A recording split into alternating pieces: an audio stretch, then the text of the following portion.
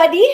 Magandang gabi sa lahat ng mga naghihintay sa atin. 7:30 pa lang, naghihintay na kayo. Maraming salamat for turning this into a, wait lang, turning this into a Saturday for everybody. Our financial open mic, 1 hour tops of learning and fun and kwentuhan at wala pong kantahan, hindi katulad ng mga show natin usually sa Kumu, but a lot of learning for everybody who's here. As you know, if this is your first time to go in the YouTube channel, please don't forget to subscribe. Dito, lagi, every Saturday, marami kayong matututunan. We curate, we bring in here many of the most credible experts in the investments industry to talk about many things about personal finance and investments. At ito yung chance ninyo para makatanong kayo ng mga questions that are bugging you, things that you are interested in. Pwede namang tungkol sa pera, pwedeng tungkol sa iba pang topics, tungkol sa relationships. Siguro dapat meron tayong love guru din one time.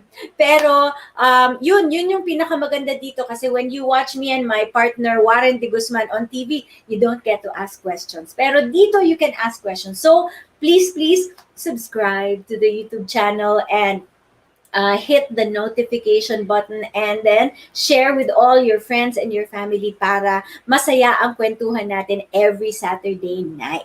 O, pwede nyo na tong Financial Saturday with your significant others, di ba? This is what we do and empower and transform to help provide credible information in the personal finance field. We bring in all our pinaka-magagaling at mga experts in the fields, in the different fields of financial literacy. So sana mag-enjoy kayo today. Dut the hearts for everybody in Kumu. Share the live, please. Tapos yung mga nasa YouTube naman, makikulit lang kayo sa discussion. Ask questions even before the Q&A live and we will get to your questions in the best way we can. At bago lahat, papaakitin ko na ang aking partner, nagpoging-poging Warren De Guzman. Warren, akyat! Hi guys, hello! Good evening, good afternoon, good morning, wherever you are in the world. Thanks for joining us here on Kumu, on YouTube, and on FB. Please like, subscribe, share, everything. This is all for you. And kung hindi kayo mag-like and subscribe, wala kayong tanong. Bawal magtanong sa mga experts natin. Okay, tandaan niyo yan.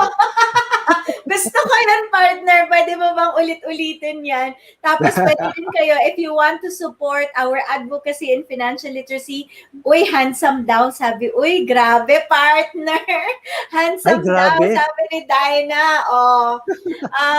If you want to support, thanks for watching. We are very in advance. We would like to thank you for all of your stickers, your ano nga ba sa Facebook? Nakalimutan ko. Basta alam ko sa YouTube stickers. Oo, tapos sa Kumu naman for all the virtual gifts that you send, we use it to provide free financial information and education para sa mga tao na nangangailangan talaga nito. Shout out muna tayo, partner. Ikaw na sa Facebook tsaka YouTube, ako si Finding Clarice on Kumu is here. Lagi to in the morning. Lagi siyang nakikipagkwentuhan sa umagang stream natin. Aris is Aris is there again. Always. Kumu. Oo, walang absent. How do you say this? Buenasera. Buenasera. Yeah. Aris. Si Maria. Hi, Maria. Thanks for watching. Yes. Si Dars is there. MC. Hello, hello. Dominic. Oh my gosh. Everybody's here again. Complete ang tropa. Si Kai. My sister is here! Herbie, hi Herbie. All the way from Shanghai. Ayan. From the UK, grabe. Hello, hello. Ito si Ate Sho, siya talaga dapat yung financial advisor. Kasi CPA siya. Kaso, sa akin napunta, hindi ko nga alam kung bakit eh. Wait lang, nag-feedback yata ako. Ayan. I'm so happy my sister is here. My Lodi sister. Hello. Meron ka I love you, si Dinah. Si Wais na Mrs. You remember from? From our Kumu show. From the UAE. UAE, yes. Ayun. Hello, hello. Kamusta kayo? Ito si Paul. Yeah. Uy, si Dinah daw pwede maging love guru. Ayun. O sige. Ikaw lalo na sabi, lagi mong ginagawa sa love. Parang kinakabahan ako. parang Oo. kinakabahan ako pag umakyat si Dinah. Ayan. Ayan, Tapos, from merong KSA. interested partner sa topic natin ngayon. Ay nako, Ay, this is something that's been a hot topic all of the last couple of months because of what's been happening with the asset class. Ano, we're going to talk mm, about cryptocurrency and Bitcoin in particular. And this asset has been moving up and down in a roller coaster pace all of this year, diba? And some eh, people have been burned, but other people they still love the asset. They're still getting into it, and some people actually are looking at the prices and they're saying, "Wow, it's a great time to buy." And we're going to talk to hi, some Raps! experts right here on the show later, and they're going to give us everything that we need to know about investing in cryptocurrency and Bitcoin. So stay tuned Ayan. for that, guys. Yes, tapos Get your meron pa questions tayong ready. isang hot topic aside from crypto. Pero magsha-shoutout muna ako sa big boss ng CHED, si Nels Alibin. Ayun, nandito po ang CHED. So, Nandito ang Ched. napaka-importante po ng Ayan. this part of educating our people. Uy, But ano pala, also, may breakthrough, may department order ang Department of Education na kailangan mm, ng isama ang financial education sa K to 12, 'di ba? So it's mm. great that Ched is here. Baka you can also do it for the higher education. You can put it in there, 'di ba? Importante 'yan. Gawa na rin kayo ng course on cryptocurrency, 'di Yeah. ba? Wow. O mamaya pag-usapan natin yan. Jay Tolentino is here. 'Di ba? From Hello, marami pong Jay. UAE talaga na nag-aabang sa atin every Oo. Saturday. Tapos Correct. meron pa tayo partner, napaka-importante. Kaya wag po kayong aalis kasi you'll be with these two OGs. Si Efren Cruz, who is Yan. my teacher in RFP.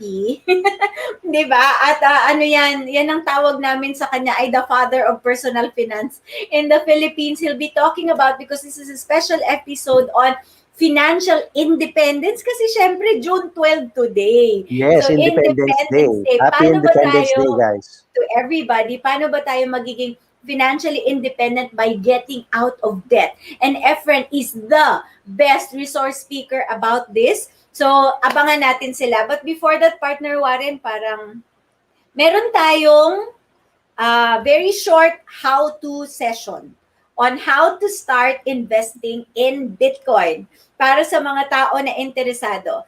Okay, Yan. caveat, kami ni ito si Warren, crypto bug to, guys.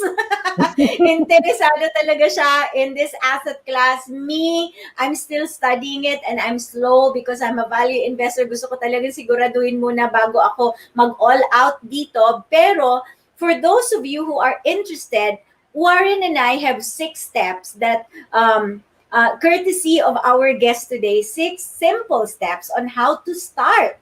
Partner, ikaw na magsimula. All right. First and Thank you, foremost, and this Rams. is something that you need to do for any asset class, educate yourself about cryptocurrency and Bitcoin. There are so many resources online. There's so many videos that you can watch. My God, grabe. Andaya nga eh.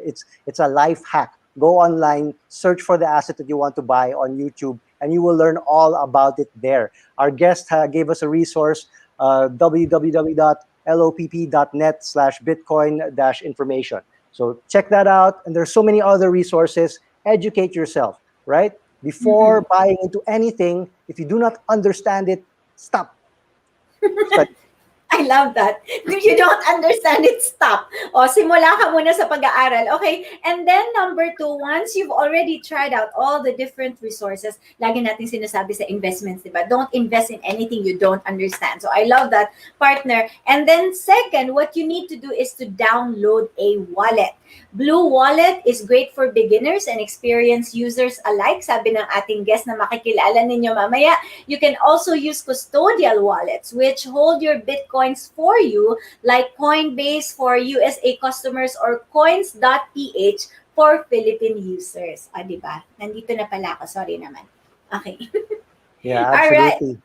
Yeah, and you can also open an account in any of the exchange services available globally or locally. Ako personally, I actually buy through eToro. You check the Banco Central; they have registered exchanges, and actually, this is when I really got into cryptocurrency. Is when the Banco Central was looking at it at cryptocurrency and blockchain as a means to really reduce the friction and the cost of remittances. Importante yan sa mga OFWs, diba? Kasi remittance costs can be very expensive. Diba? Lugi yung mga Ay, OFW. nako. Diba? Sinabi mo, partner, ang Yeah. bagal na, di ba, the traditional banking system, when you use SWIFT, ang bagal na, ang mahal pa. So, Yeah. I think that's But also one of the reasons. SWIFT, yeah, the exactly. SWIFT technology, no? Yeah, Swift technology. You'll hear that in some of the larger yung mga cyber heist na story Ganda. natin.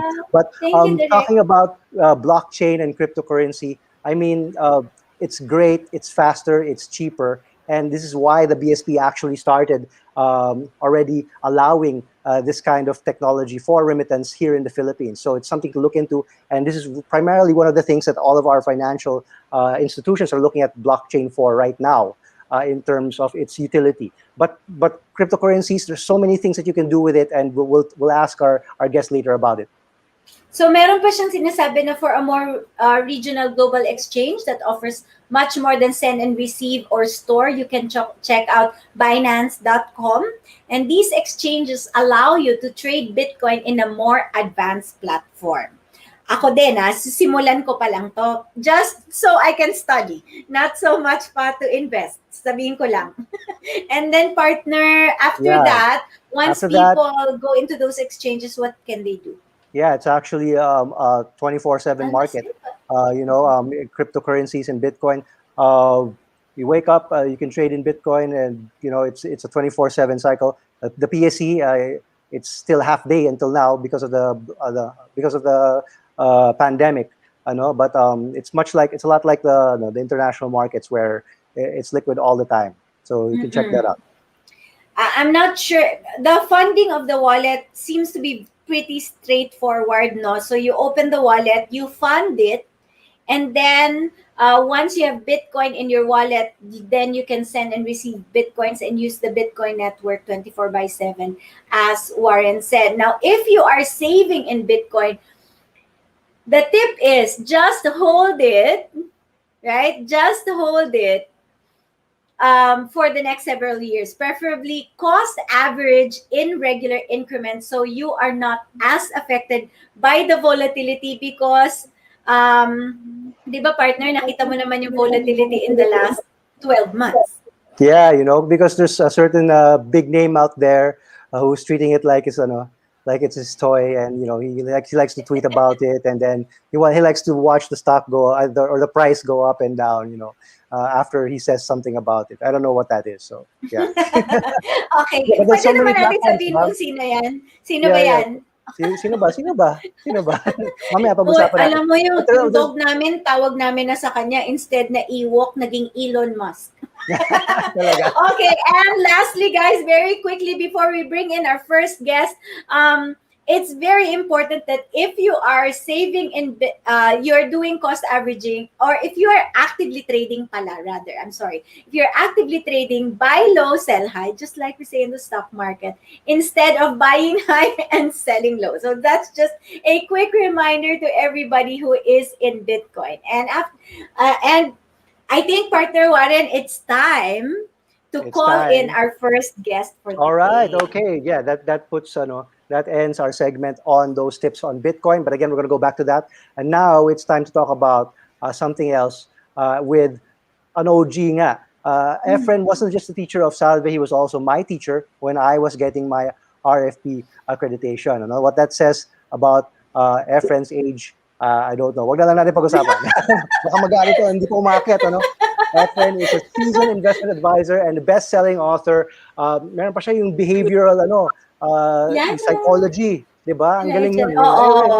Behavioral finance expert. Yeah, behavioral finance. He's the chairman and CEO of Personal Finance Advisors Philippines Corporation. He even put together this very helpful tool for other registered financial planners that can help you just map out your entire financial life as quick as a snap. So I use it.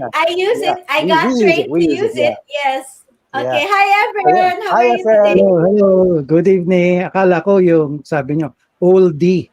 OG pala. OG. Ayan na, naging oldie ka kasi hindi mo alam kung ano yung OG. O, di ba? Shout out po Oh, kay Matthew. Ay, wait. Si Jay yung napindot ko. Taming the Rebellious You is an awesome book about behavioral finance by Coach Yan, that's the Efren. one. That's the And one. Matt is here also. Nag-join forces na naman daw ang mga lodi niya. Ayan. Shout out to Coach Efren from Herbie. And si LV Tolentino, shout out po. Alright, watching with his wife. Now, Thank Efren, you. Happy Independence Day. And sa lahat ng nakikinig today, tama ba? Happy Financial Independence Day to everyone. Happy Yeah. Independence Day. Okay, so we're here to talk about how getting out of debt can bring everybody out of bondage. Efren, talk to us about what you've seen during the pandemic and how things are doing when it comes to indebtedness ng mga Pilipino, and very simple and powerful steps, the way you teach it, on how to get out of debt. All right. Well, first things first. Ang utang hindi naman masama. Okay. In fact, if in life, 'di ba, we have goals. Na-achieve natin yung goals na yon through assets that we buy. Investment, bili ng bahay, kotse, whatever, no? Education para sa mga anak. And there are only two fund sources na pwede nyong gamitin para mabili yung assets na yon. Sarili nating pera and utang. Okay. So, utang in itself is not bad. Yun lang pag yung utang ay ginagamit lang pang konsumo, hindi nakakadagdag ng assets yun. Wala na yun. Parang Add to cart. ipa-flash mo na lang yun. Parang gano'n. So, importante na magamit yung asset para sa kinabukasan as well. Ngayon, ang nangyari kasi is that during the pandemic, although may mga maayos naman gumagamit ng utang, yung pambayad nila was based on their supposed to be regular income. Ay iba dyan naputol. I know people na dahil sa pandemic, work from home, or na downsize yung operation, di nabawasan din yung sweldo. O hindi na sapat pambayad ng utang. Or yung yung mga talagang nawalan ng trabaho. So, in fact, ang daming mga bangko naglakihan na ng provision for losses for last year dahil lang sa utang. I think some this year pa rin. So, pero the central bank, sabi nila, o mga bangko, alam naman natin nahihirapan yung mga tao. Be kind to the borrowers. What is one of the things that they did? Nilagyan ng cap yung interest rates, at least sa credit card. Ginawang 24%, parang 2% per month na lang. Kasi dati mabot ng 3.5%. Number two, yung gobyerno naman, meron tayong bayanihan one noon na inallow na ma-delay yung payments na walang penalty. Although tapos na yun. Okay. Pero ang isa sa mga mapapayo namin talaga para sa mga medyo hindi pa rin nakaka-cope sa pambayad ng utang is simple. Ay kunin natin yung mga wise words ng tatlong geniuses. Tawagin na natin silang geniuses. May pangalan sila, ang tawag sa kanila yung Apo Hiking Society. Tanong naman, ano naman na sinabi nila? Di bang sabi nila, kung ang problema mo ay nagkatambakan at mga utang di mabayaran, lahat ng bagay ay nadadaan sa usapan. Dapat kinakanta yan, Efren. Hindi pwede, hindi. Wala ang gitara ngayon. Okay. So, in fact, it is enshrined in the FRIA. Yung Financial Rehabilitation and Insolvency Act, that for individuals at least, one of the options is suspension of payments. Ano ibig sabihin ng suspension of payments? Makikipag-usap ka sa creditors mo. Pwede bang ganito na lang? Usapan din yun Usapan. Pero, tanda na, usapan does not have to be in court. Pwede rin naman may out-of-court settlement. Sabi nga sa Matthew 5:25, di ba, bago ka pa dumating sa korte, kausapin mo na yung kalaban mo para hindi ka mapakulong. O di kausapin mo na, out-of-court settlement na lang. Believe you me, especially at this time, yung mga creditors, even the collectors, bumait. Bumait talaga sila. So pakiusapan nyo na. Pare-pareho naman tayong nahihirapan dito. Tell them, in all sincerity, hirap na ako, tulungan niyo naman ako. Gusto ko naman makabayad eh. And that's one thing that you need to do, ha? Wag yung pagtataguan mo, iiba yung boses mo. Wag ganun. Kailangan you should show good faith. And when you show good faith, they will understand you, they will see that you're sincere. Hindi ka hahatakin sa small claims court o kung anumang korte, hindi ka pahablaan ng BP22 kung tumatabog yung check mo.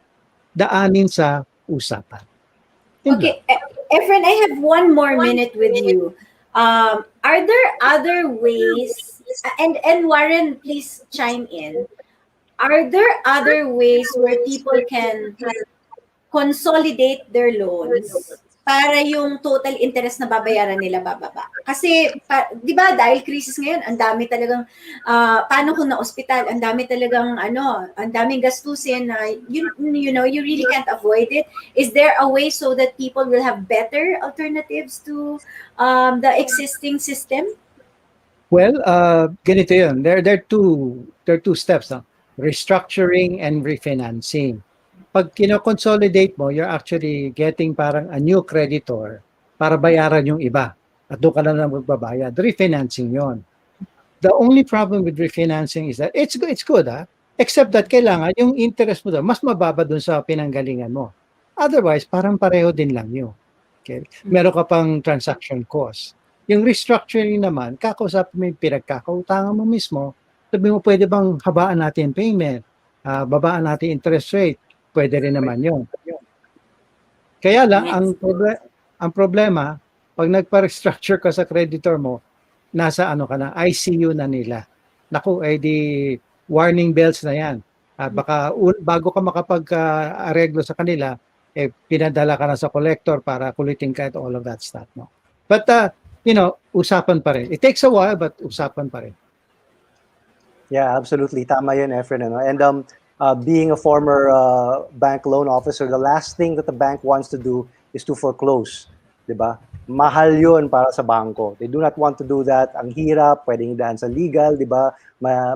Matatenga yung pera nila, yung assets nyo sa korte, and nobody wants that. So the best thing to do if you have a debt problem is to talk to the bank. Efren is absolutely right. They will do everything that they can to help you pay because they want you to pay. They don't want you to run away. They don't want you to disappear. They want you to pay. Yun. So talk to them. They'll help you out. They can lower the rates. Record lows nga yung interest rate ng Bangko Sentral ngayon, di ba? So yung problem lang natin is yung mga bangko takot magpautang, takot So bawal ang ghosting sa mga pinagkautangan, ganun. Yes, bawal. Wag po natin, whatever you do, don't do that. Wag kayo mag-ghosting sa mga pinagkautangan kahit tama, Efren, no? Kasi mas lalong tataas yung penalties. One last thing. Okay, one last thing. Sige, tawad. Tawad. Not many people notice eh. May rules si Central Bank. Pag more than 6 months past yun na yung credit card, written off na yun. And at that point, the bank is more than willing to give you a discount on not only the penalties and interest, but also on the principal. 50% or more. Okay. So, kausapin yung banko. Yes. Alright. Okay, thank you so much, everybody. Mag-press 1 naman po sa mga nagpapasalamat kay Efren Cruz. Napaka-lodi nitong tao na to. We'll just press 1, please. Para din sa YouTube and Facebook, please send all the love. Para naman Efren feels the love from everybody. We'll just bring it down the stream, Efren, and we'll call in our second guest for today. All right, Miguel Cuneta is a pioneer in the Bitcoin industry since 2013. So mga nasa short pants pa yung mga redditors na bumibili at nagbebenta. Si Miguel ay nando na sa field na yon. He is the co-founder of SEI Ventures Inc. and Remittance Inc., the first BSP-registered virtual currency exchange company based in the Philippines. Hi, Maito! Since 2014, their services range from remittance, payment processing, exchange, and mobile money, all using Bitcoin as the underlying technology. And he is a leading voice in the Bitcoin community here in the Philippines, spearheading educational initiatives about Bitcoin. Miguel Cuneta in the house, ladies and gentlemen. Hi, Miguel. Thanks for coming. Hello, everybody. Thank you. Now, Warren, Because Okay. you're the Bitcoin bug and the crypto bug here. Nako, What nako. is the biggest secret in about Bitcoin that you want to know from Miguel? Now let's just let Miguel talk about it first. I'm not as big a bug as Salve is saying, but I'm, yes, definitely interested in this asset. So Miguel, take it away. You've got 5 minutes. All right. Well, so I've been talking about Bitcoin for the last 8 years, and explaining. Basically, everyone's asking, what is Bitcoin, right? Because it's such a complex topic. So over the years, I've refined my explanation, and it took me a long time to kind of like distill it to what I explain, how I explain it now. But if I were to explain Bitcoin in one sentence, it would be Bitcoin is everything we don't understand about technology and everything we don't understand about money combined. So there's the reason why it's so hard to understand this, because for you to understand something properly, you need to understand it in a context of what you already know, right? So, the best way to describe something cold is to say that it's the opposite of hot, diba? So, um, so let's get to that. Money and technology, two of the most, I don't know, important things in our lives, but we don't understand it. We use it, but we don't take the time to really understand it. And for money, money is actually an invention. Humans invented money to facilitate trade and store and transfer value, because there was a problem with barter. The coincidence of once, if I needed something and you didn't have that, and I couldn't exchange anything for you. So we needed a tool to allow us to exchange goods and services with each other. And as a society, as our society and technology evolved, so did our desire to use money on a global scale. So transacting with people face to face is easy, but once advancements in technology came to pass, and we have telephones, internet, and all of these communication channels where we also want to trade with each other, then there's a problem in establishing trust between these parties that want to transact with each other, because we don't see each other, we don't know who they are. So what was our solution? Society's solution to this problem of trust. We put middlemen in the middle of all the transactions we make online. So you've never made a single transaction online before Bitcoin was invented where there was no middleman. There's always a middleman, and these middlemen take a cut out of every transaction, and that's why it's so expensive to use Western Union or to use all of these other services. And when you use your credit card, you pay an extra certain number of percentage points. So it's a problem, and for the last 30 years, computer scientists and some smartest people in the world have been trying to solve that problem. How do we establish trust between two parties in the same way we do it with cash online, right? So when you want to buy something normally, you use your credit card, and all these companies are doing is they're checking their ledger if you're good for the money, right? Yeah. That's really what it is. And then they debit or they credit depending on what you spend or what you buy. So enter Bitcoin in 2009. It was actually announced by the founder or the creator of Bitcoin in 2008. Bitcoin is a solution, and it says there on the white paper, the actual thesis of Bitcoin. Bitcoin is a solution to the double spending problem, or this problem of establishing trust online. But instead of a middleman, it uses a peer-to-peer network, a global network of computers, voluntary computers, users that runs the Bitcoin software. So all of these computers are running the same software. They're all in sync with each other. And this system that they're running has its own rules and has its own monetary system. And because it has its own monetary system, it has its own currency. And this is the Bitcoin most people know, the currency, right? So going back to that network, the network is very similar. If you have to think about the internet, it's very similar. It's public property. Nobody owns Bitcoin. It's not a company. It has no marketing arm. It has no CEO. It's open to everyone and anyone that wants to use it. And it has been running for the last almost 13 years at 99.99% uptime. And that's kind of crazy because no one is really running this. There's no person behind it. And one of the valuable things about this network is that no one can censor you, meaning stop you from sending value to anyone in the world. And in the same way, you know, when you say something online, no one can stop you. It's going to go out there, right? Yeah. So For good or bad. yeah, for good and bad, yes, you're right. That's actually very true because there was a lot of pushback against the open internet in the early 90s because it's dangerous and a lot of bad people will use it for bad things. Oh, Monique. But the good outweighs the bad eventually, Yeah. right? So Bitcoin uses what we call a blockchain, which is its ledger, right? It's a global ledger that everyone is keeping track of. And that's how you cannot cheat the system, because if you try to cheat the system, then everyone is watching you, right? Mm-hmm. So in essence, you know, the best way really, Bitcoin is a network. It's a network of users and computers that are running the software. And all it's doing, it's reaching a consensus on the state of its ledger. So this network is always, every 10 minutes, updating the ledger and reaching a consensus without middlemen. So that's really the mind-blowing thing about it. Now, the currency of Bitcoin has a fixed supply of 21 million. And although it can be divided into 100 million units, meaning you can send someone 1 peso worth of Bitcoin if you wanted to, it's also the first time that digital scarcity was created. So for the first time, something digital cannot be copied, cannot be counterfeited. And because a demand for such a platform or such a network exists, meaning all over the world, people are saying, I'm tired of the financial system I'm using, or I don't want these big fees, or, you know, I want to be in charge of my own money. I don't want it being held by a third party like a bank.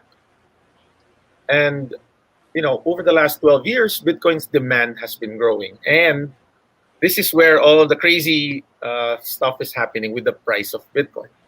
Because of its limited and fixed supply, and with its demand growing, basic supply and demand economics. Normally, in a normal supply demand economics, if a demand increases, then the market will increase the supply. You know, more people will start making whatever that's being in demand because there's such a high demand, right? So that's not possible with Bitcoin, and that's why the only thing that can move in this dynamic with Bitcoin is the price. So the higher the price of Bitcoin, the more commerce, the more economic activity this network can accommodate. So And right Miguel, yeah. that it looks like what happened last year during the pandemic. Now, pinatawad na kita. That's more than 5 minutes, but great Sorry. discussion. I think everybody's listening very closely to what you're saying, trying to understand. And we have some questions already. Just very quickly, how much na have you earned from your Bitcoin? Magkano na makikita natin? I lost all my Bitcoins. Why? What? Okay, but That's okay, the answer. so if That's you the answer to every time that's the somebody answer. asks you how much you have. You tell them you talaga lost all of it. standard. In You a don't want to boating say accident. Yeah. you don't want to say if somebody bought Bitcoin back in 2013 and never sold, how much would they have earned now? So it depends on what month in 2013, because Let's 2013. assume first month of the year. Okay, so if you bought in January 2013, 1 Bitcoin was about $30. Whoa. Now it's at 30 something, right? 35,000. $35,000. $35,000. Grabe, So no? it's a 1,000-fold increase. Thousand-fold Pretty good. increase. If All right, if you bought Bitcoin in 2015, it's about 10,000 pesos or $200. So yeah, it's 200 to still a good return. 35,000. Still a lot.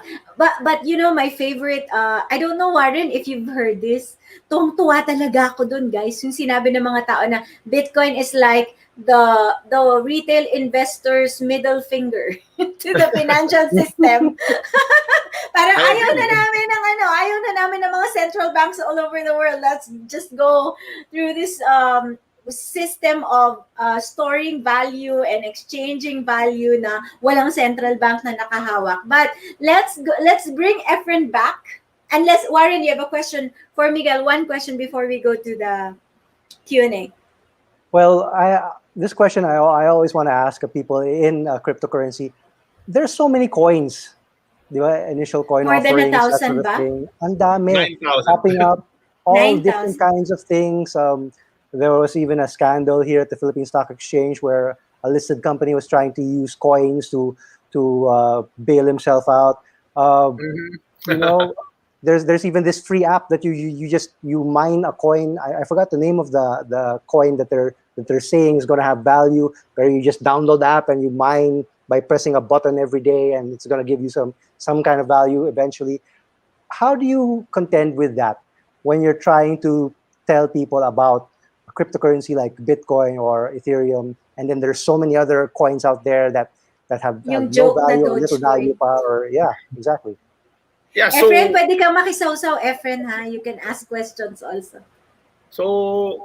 first of all, 99.99% of them are scams. Like, they're not. They're a money grab. It's a money grab. So what happened is Bitcoin came out, and for many years nobody paid attention to it. It was not worth anything. And when the system allowed it to grow organically, other people wanted to copy that success. So because Bitcoin is open source software, you can make your own copy of Bitcoin instantly and call it whatever coin you want, right? And some people are just greedy, and they think that they iwan na sila, they got left by the train and Bitcoin is already gone, and so they make their own to enrich themselves, and that's really the truth. There are some interesting projects out there. There are legitimate ones that are trying to build something or meet a demand in something, but a lot of them are just, you stay away from them, because that's the reason why I talk about Bitcoin separately from all the other cryptos, because Bitcoin is really the only one that is trying to be a new form of money. The others are technology platforms or Bitcoin copies or whatever. But all of them follow the price of Bitcoin. All of them go down when Bitcoin goes down and go up when Bitcoin goes up. Oh, sunod-sunod lang. Their own. You know, So Miguel, in a market may alpha talaga eh. And if you buy Bitcoin, you're already involved. You don't need to dabble in the others. Diretso, no, Warren? Nagulat ka ba? It's true. There's a lot of people that get burned by those scams, right? Funny, because the first question on crypto is tinatanong kay Efren. Si Efren ang tinatanong, Sir Efren, for you, is Bitcoin a good buy or goodbye? Ang cute ng mga estudyante natin. Ay, Sir Efren, naka-mute ka. Naka-mute. Si Randall ba nagtanong niya? Hindi. Estudyante mo, estudyante. To be honest, I am not into Bitcoin. Maybe you can ask the expert. I'm not the expert here. Miguel na lang. Ayaw sumagot. Well, I'm biased. Okay. Warren, next question. Okay, let's take a look at some of the questions here. Marami sila. It's hard to pick maganda yung tanong about how much Miguel has earned pero ayaw naman niya sagutin niya. What about Bitcoin mining? Tell us about that, Miguel. Okay.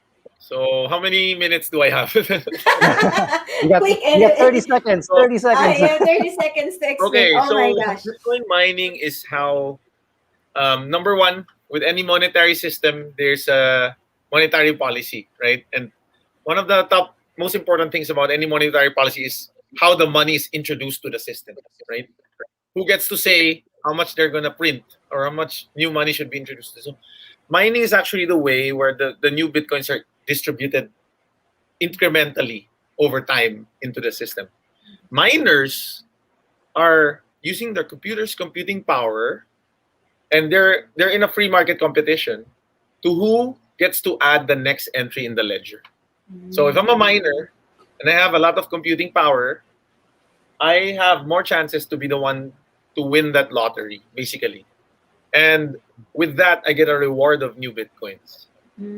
So what they're doing is, it's how the whole network gets into an agreement about what is the next entry into the ledger by what's called proof of work, and that's mining. Yeah. So the work was done, computing power was expended, and you cannot deny that they were able to reach or to achieve yung what is asked by the system to get. So there's a minimum like amount of computing power, for example. So mining is pretty much just how in the early days you could mine with your laptop because there were few people using Bitcoin. And then as more people used it, the more computing powers was needed by the miners. So now you have warehouses full of specific Bitcoin mining computers that are expensive. And they're worth, millions and millions of dollars because it's very hard now. It's a broken ecosystem. So what's better, just buying Bitcoin or mining it? So it's actually almost impossible to mine Bitcoin on your own now. Possible now. Yeah, because of the amount of computing power you need. You can join a mining pool, and they combine all the computing power together, and then they divide it based on how much computing power you contributed to the pool, right? Right. Okay, so more questions. Ito, may mga comment about the Elon Musk indicator. What do you have to say about that? Wait lang. Singit ako kasi dumadami kasi yung nangungutang Efren para bumili ng Bitcoin. Nako! Ano po yung masasabi ninyo dyan, Don't do that. Efren?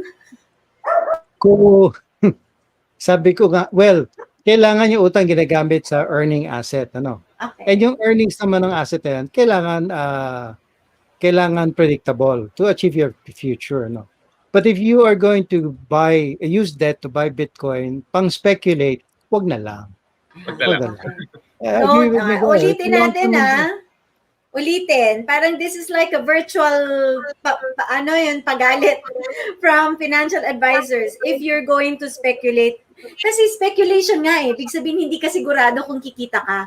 Pero 'di ba, Efren, pag umutang ka, sigurado magbabayad ka ng interest doon. Pag nalugi ka, anong babayad mo? 'Di ba? Pero interesting din yung tinatanong ni Jay. Ay, wait lang. Asan na 'yun? Nagulo ko Jay, pwede daw bang mangutang through Bitcoin? May lending platforms ba na Bitcoin? I know on Bloomberg it's being some companies are saying this is the way to financial inclusion, that you're allowing a lot of people access to financial accounts because now it's easier and cheaper to do it through blockchain. So now there are actually since the industry has matured a lot over the last few years, you now have platforms, regulated financial services based in the US, backed by big investors, that allow you to use, if you own Bitcoin, use it as collateral to take out a loan. So it's becoming a recognized property. Wow, Efren, no? Right? Pwede na, collateral, Efren. And the interest rates are actually not that bad. Like if you have money in the bank in a savings account, your interest rate is going to be not very exciting, But with Bitcoin, you can actually use it as collateral now. So some people do that. Instead of selling their Bitcoin, they borrow money against the Bitcoin. Partner Warren, you have any questions for Efren on... Yeah, there's a question here also from Jay for Efren. Ito yung magandang tanong. Ang utang ba ay napapasa sa dependents pag natsugi na yung may utang? Yan, magandang tanong yan. Ang ganda. Parang anyway, parang galing sa beauty parlor yung tanong. Hindi, ang utang ng tao, pag nawala na siya, ito sa estate niya. Yung estate niya actually ang in charge magbayad ng utang. Yun yung normal procedure. Pero, sino uunahin sa estate? Yung pinagkakautangan. Hindi. Compared with all the other, di ba, hati-hati, asawa, anak, pag hinati-hati between the asawa, anak, at wala nang natira, pwede pa bang uunahin ba yung pinagkautangan kaysa doon sa asawa, anak? Yes. So they have preference?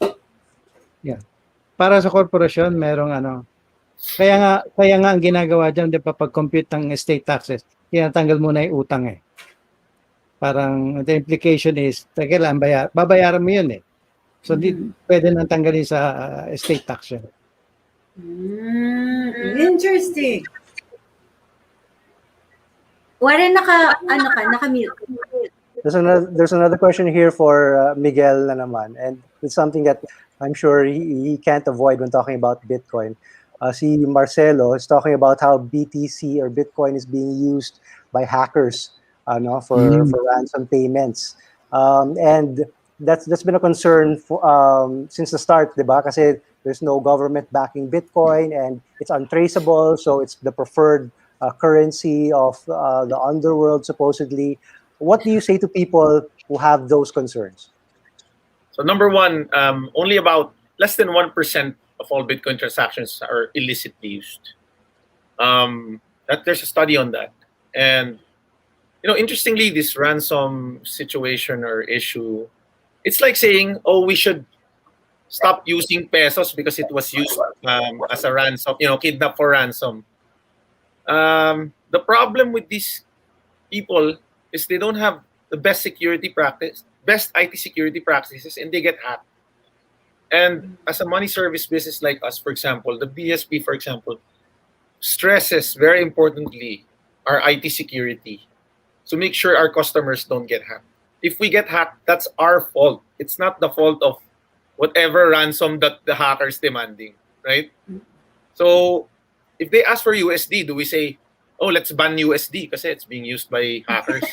Oh, nga, good point. Point to so you. It just so happens that Bitcoin is such an effective form of money. It's such a good form of money that that people want to get paid in it, right?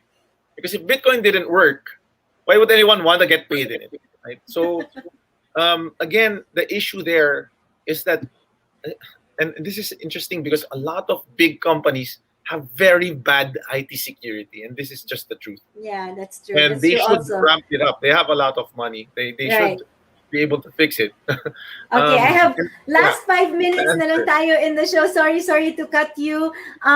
My follow-up question kay and Miguel, on Kumu, sobrang init ng discussion because there are people here who are anti-crypto. There are people who are saying, ang galing na explanation mo. So, yung anti, pwede na daw sila mag-try, but a lot of mainit yung usapan doon.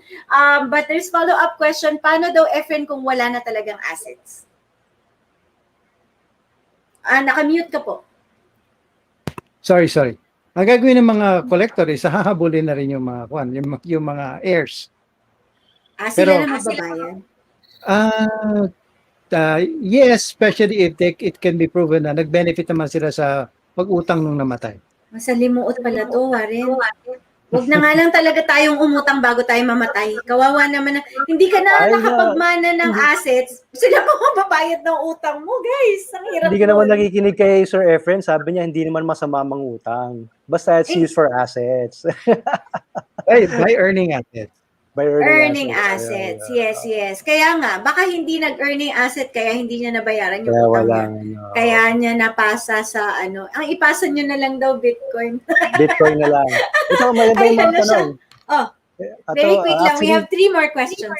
Yeah, ito, PI coin. Yun yung isang tinatanong kung okay ba yun? Have you even heard of that? And what are the best platforms here in the Philippines? Ang dami, di ba? Bluemex, may coins.ph ba or PDAX? PDAX, ayun.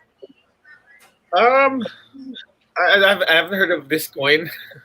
Again, I don't want to endorse any other coin that's owned by someone or run by, people, because that's the whole point of Bitcoin. We don't want people involved. What about Elon Musk? Yung tanong kanina. Elon Musk, does he run Bitcoin? Feels like he does. He has a very big influence. He has 60 million followers and everything. So, he can do it with stock. He can do it with Bitcoin. He can do it with anything. If he says something, people will. That's just the way markets work. But again, I can't tell you which is better. I do know that Coins.ph has had a lot of success over the years. They have like 6 million users. I don't really use PDAC, so I can't really say anything about them. Mhm. But these are regulated by the BSP, so it's Yes, actually they safe are. to use any of them. Mhm. And if something happens to you or you lost your password If or you something, lose you your can still, key, you can still what have a happens if you recourse. lose your key? No, not with these services. You can just recover them. No Ah, problem. okay. The Kasi problem they're is only when you services. have the actual Bitcoin in your computer Yes, and you yes. So don't have the key. when you take possession or custody of it, then you can lose. Technically, you can lose it if you don't, keep it safe. Mhm. Last question for Efren. Efren, a lot of people now, bakit ako nag-feedback? Para may dalawang salve. Direct pakiayos. A lot of people now, Efren, kumapit sa fintech during the pandemic, kumapit sa fintech dahil maraming binayaran, health problems, nabagsak yung kumpanya nila or nangutang sila dahil may nangutang sa kanila. 'Di ba maraming Pinoy na ganon? Kumapit sa fintech and others naman tuloy-tuloy sa 5-6. Alam mo, hindi tumigil yung 5-6 during the pandemic. Can you tell them exactly how much is this costing them? All right. Kasi yung interest sa mga both sa 5-6 and sa mga online, hindi nakakalayo eh. They will show you a very low rate, pero actually hindi yun yung effective. Like for example, sa 5-6, imagine mo, pautang ka lang ng 1,000. Babayaran mo ng 40 pesos a day for 30 days. Ang effective interest rate nun is 335%. So, hindi pinapakita yon. So, ang suggestion namin is try to find a way to refinance that. Any bank loan can refinance that kasi di hamak na mas mababa yung rate ng bank loans kaysa dun sa 5-6 eh.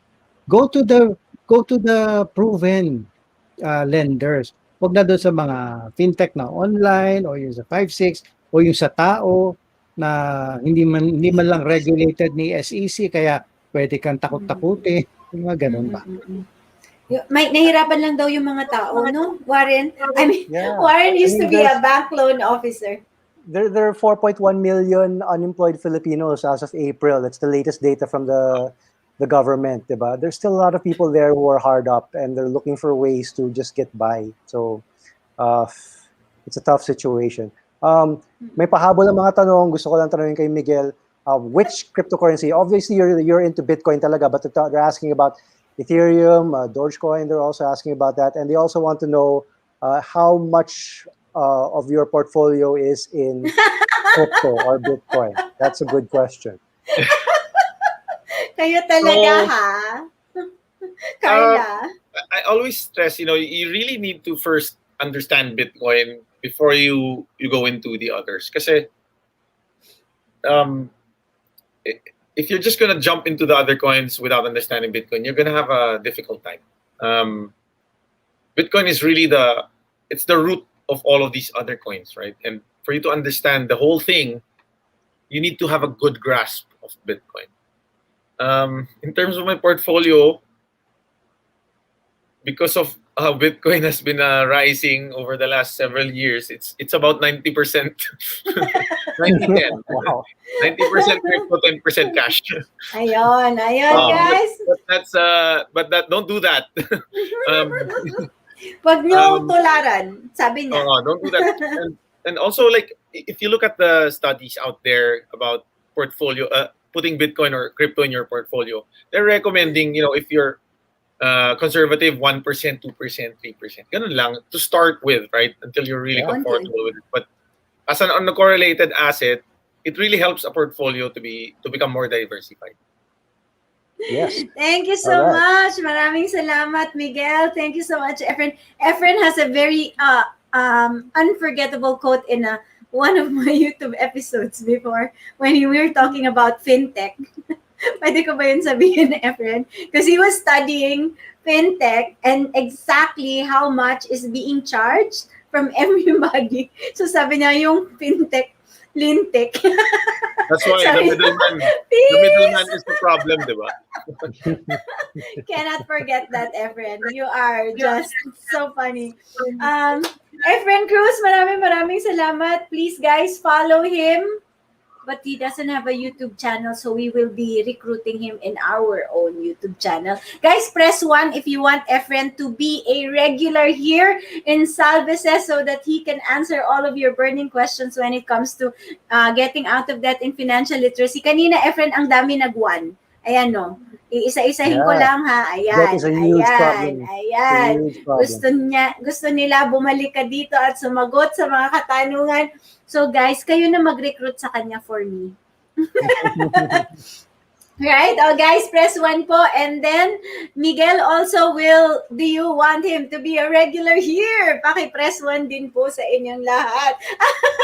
I mean, if they have time, look, thanks Miguel also, and a lot of 1. Thank you so much, everybody who stayed with us in this entire hour full of learning. I mean, ako, partner Warren, I don't know with you, but me, I'm learning. Oh, I learned a lot as well. I mean, it's always great to see other people making an effort to help the public understand what's out there in terms of investment opportunities, diba? Importante yan kasi a lot of our Filipino mga kababayan natin, they don't understand what's out there and they don't know how they can benefit. So the best way really is to educate yourself. And we've got great people like Miguel and Efren, and of course myself and Salve, just trying to do that to help you understand how you can make your life better. So thanks, guys. Thanks for coming on the show. Thank you. Grabe naman si Sho. Miguel, please. 1. Wow, thank you so much. Final words.